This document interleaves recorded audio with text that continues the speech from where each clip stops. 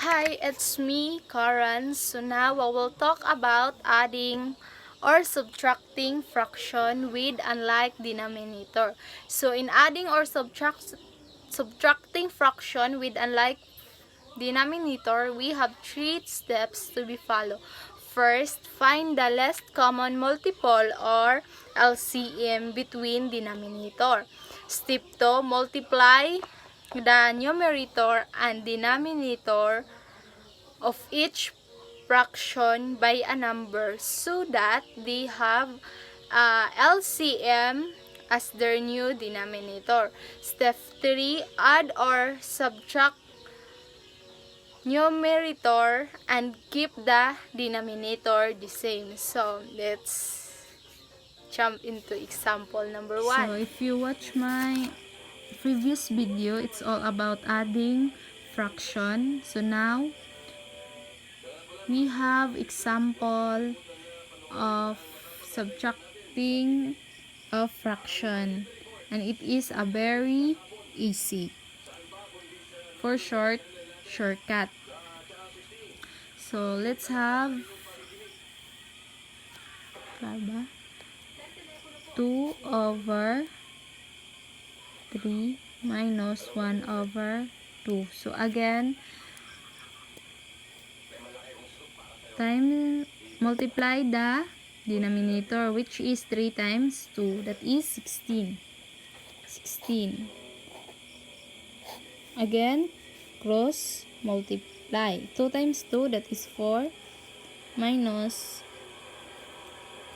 3 times 1, that is 3. So 4 minus 3, that is 1 over 6. So 1 over 6 is our final answer as a proper fraction. So let's move into another example by following the steps of subtracting of fraction. So let's have 12 over 9 minus 1 over 3 minus 3 over 5.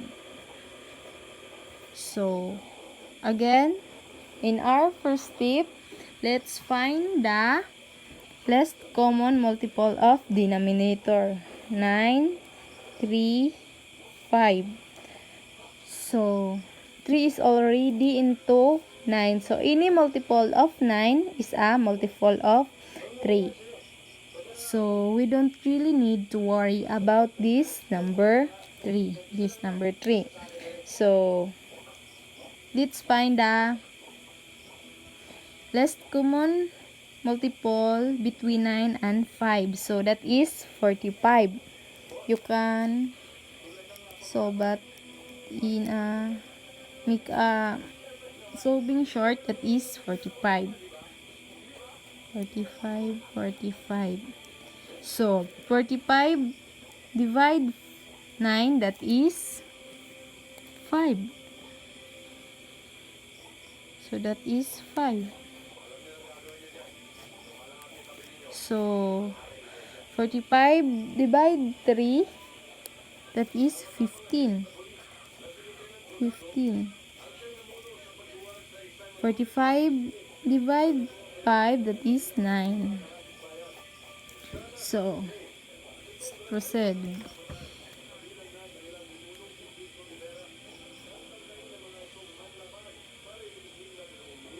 5 times 12, that is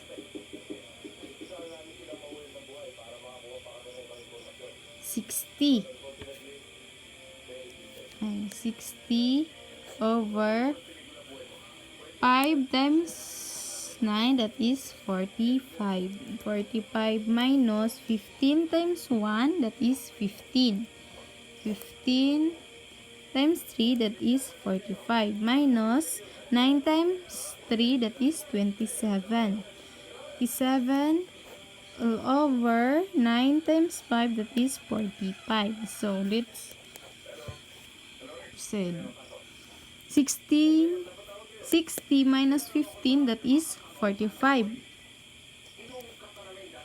45 is 45.